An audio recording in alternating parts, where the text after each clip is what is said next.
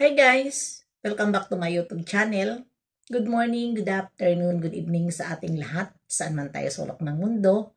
Sana ay nasa mabuti tayong kalagayan at ligtas sa anuman masamang kapahamakan. At bago ang lahat, shoutout muna tayo sa founder ng Kalingap, Kuya Val Santos Matubang at Edna Vlogs, Kalingap Rob, syempre kay Jack Matubang at sa lahat ng mga sponsor na walang sawa tumulong sa mga nangangailangan. More blessing to come. At syempre shoutout sa Kalingap Strikers, hindi ko na maisa-isa. At syempre, sa akong atod, mega love shoutout. At syempre, si Tita Lydia, si Spexy Lixie, at syempre, si Hayats Mix Vlog. Ayan. Yan po ang ating ngayon, mga kaibigan na binanggit. At syempre, ang once a year, go ahead and mega love shout out sa iyo. Ano ngayon ang ating reaction video? Ang ating Bibi Beyonce ay talaga pinaiyak ni Kuya Val at ang pag-amin niya dito sa kay Papa Ids na first love niya ang ating Papa Ids. At ayan, panoorin muna natin itong video na nakuha natin kay Kuya Val Santos Matubang, na talaga ito si Kuya Val kapag napapaamin niya talaga.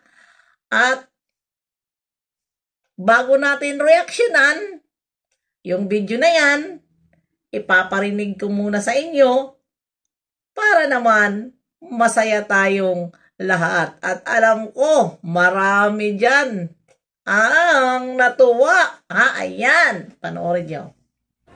Matured na kasi kayong dalawa ay. Para wala kayong mga love team din. Minsan may mga tampuhan. Diba? Sa inyo, para wala akong nakita na nagtatampo kayong dalawa. Pag magkasama kayo, labing kayo masyado. Mabait ba si Papa Eds? Mabait? Mabait si Papa Eds? Mabait? Nagustuhan mo yung ugali niya? Ha? Nagustuhan mo yung ugali ni Papa Eds? Hindi ka pa ba nagkaroon ng boyfriend mula? Wala ka pang boyfriend? Ha? First love mo pala si Papa Edo. Ang bira mga kaibigan. Umamin po talaga siya. Siya first love niya si Papa Edo. Kuya Val. Sa bagay, alam mo, yan siya, totoo lang. Ayan. Edad mo 17. Narinig nyo? Oy, kilig sila sa sinabi ng ating Bibi Beyonce dyan. First love niya ang ating Papa Eds. At ito naman talaga ay si Kuya Val naman talaga ay talagang may pagkakulitan ito si Kuya Val. At sa sobrang interview niya at hindi niya talaga ito hinihiwalayan si Bibi Beyonce natin at tudo talaga din ang kanyang bantay dahil nasabi nga na mayroon nagkakagusto dito na Chinese. Ay talaga naman sa ganyang mga hitsura talaga ay pang Chinese talaga yan. Dahil ang mga Chinese ay mahilig po sila sa mga ganda at sexy. Yun po ang kanilang hilig na magagandang babae. At ito na nga si Kuya Val. Ay talaga once na ito ay mag-interview ay mapapaamin niya talaga ang kanyang ini-interview dahil ito nga ay magaling talaga ito si Kuya Val magpasikot-sikot kahit hindi ka mapapaamin dahil nga ito ay sekreto at Diyos ko Lord, napaamin tuloy ang ating Bibi Beyonce at diretso siya nahiya dahil alam mo naman ang ating Bibi Beyonce ay mahiyain na bata at napaka-bait ng ating Bibi Beyonce. Bakit hindi ko masabi na ang ating Bibi Beyonce diyan din sa pinaiyak siya ni Kuya Val. At bago rin natin reaksyonan itong video na nakuha ko na ito siya ay umiyak at grabe, aywan ko ba dito kay Kuya Val kung bakit ito pinaiyak ang ating Bibi Beyonce. Pero panoorin muna natin kung paano din ito umiyak na ating Bibi Beyonce para mapaiyak din ako dahil ako unang kita ko, ikaw naman talaga Kuya Val, napaiyak din ako. Tingnan natin dyan. Pag binabas si mama mo, umiiyak ka naman. Ha? Opo, Kuya Bal. Ano kaya talagang, ano kayo no, pamilya-oriented kayo no? Talagang naroon yung pagmamahalan ninyo bilang anak at saka magnanay, magtatay. Pero mahal naman ka ng tatay mo. Ha? Mahal na mahal po ako nun. Kaya yung mga nambabal po dyan, tumigil na kayo. At least nalaman ko mula sa iyo na talagang tatay mo siya. Opo. Diba? Kasi narinig ko lang naman, ay si Biancy, di man yan anak ni Binirando kasi ibang mukha. Pero confirm na talagang tatay mo siya. O yan ha. Huwag kayo mang baspok. Ano. Ha? Hindi totoo yun, hindi siya anak ni Binirando. Ayan! Ito naman si Kuya Bal, grabe ka naman. Bakit mo pinaiyak ang Bibi Biancy namin? Sa totoo lang mga guys, unang kita ko ay umiyak talaga ako dito kay Bibi Biancy at hindi ko talaga napigilan na habang nanonood ako ay tumulo ang luha ko dahil nga dito nga sa pag-iyak niya ay makikita mo na itong bata na ito ay may kabaitan at talaga lang nakikita talaga natin na si Bibi Biancy ay mabait at nakikiusap siya na wag na po ibas siya dahil mahal na mahal siya ng tatay niya. Diyos ko Lord, dyan sa iyak niya, ang cute ng Bibi Biancy natin kahit siya umiiyak at ramdam ko talaga na super bait ng bata na ito. Grabe talaga. Bibi Biancy, hindi lang ikaw ang umiyak. Pati ako, napaiyak na din dyan sa panawagan mo sa mga basher. Huwag mong intindihin ang basher. Bibi Biancy namin.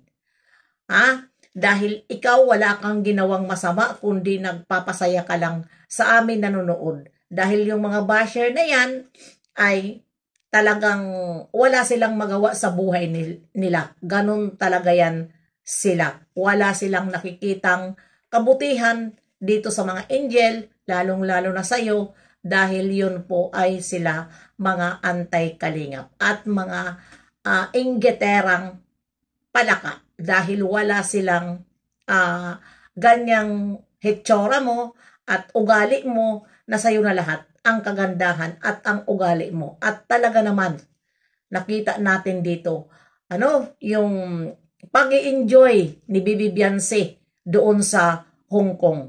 At hindi lang talaga nag-enjoy si Bibi Biancy pero lahat sila at pati na si Ate Edna enjoy na enjoy at halata talaga natin na ito si Ate Edna ay nag-enjoy din dito kay Bibi Biancy at kita natin kung paano nila i-care si Bibi Biancy dahil alam nila na yan ay minor de edad pa, tudo bantay din at hindi talaga nila Ate Edna ipapahamak ang ating Bibi Biancy dahil kita naman natin kung paano alagaan ni Ate Edna si Bibi Biancy at ni Kuya Bal dahil ganun talaga sila kapag ang angel ay kasama nila, ito ay gusto talaga nila na walang magka-problema dahil alam nila na sila talaga